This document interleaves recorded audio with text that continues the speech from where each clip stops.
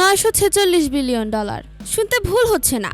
যুক্তরাষ্ট্র 2025 থেকে 2034 সাল পর্যন্ত সামরিক খাতে প্রায় $1 ট্রিলিয়ন বাজেট বরাদ্দ করেছে। পৃথিবী যখন একের পর এক সংকটে বিপর্যস্ত, ইউক্রেন যুদ্ধ, ইরান যুক্তরাষ্ট্র টানাপোড়েন আর এশিয়ায় চীন তাইওয়ান উত্তেজনা, ঠিক তখন আমেরিকা এই বার্তা দিচ্ছে পারমাণবিক প্রস্তুতি সর্বোচ্চ অগ্রাধিকার।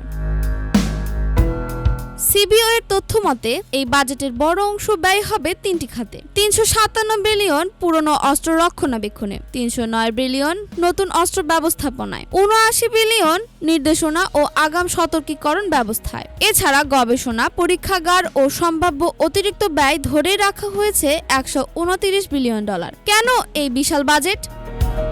চীন ও রাশিয়ার আধুনিকরণ, শীতল যুদ্ধকালীন অস্ত্রের জীর্ণতা, নিউক্লিয়ার ত্রয়ীর আধুনিকায়ন।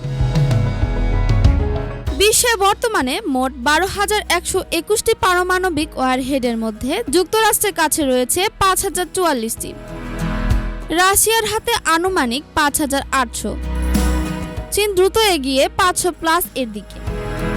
কিন্তু প্রশ্ন একটাই, এই ব্যয় কি আত্মরক্ষা না আতঙ্ক তৈরি?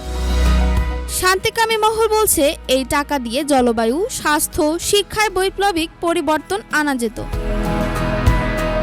কিন্তু বাস্তবতা বলছে আজকের বিশ্বে যার পরমাণু আছে তাকেই গুরুত্ব দেওয়া হয়। তাই হয়তো যুক্তরাষ্ট্র বলেই দিতে চাই, আমরা শান্তি চাই কিন্তু যুদ্ধের জন্য প্রস্তুত। আরশিয়া আলম, RCTV।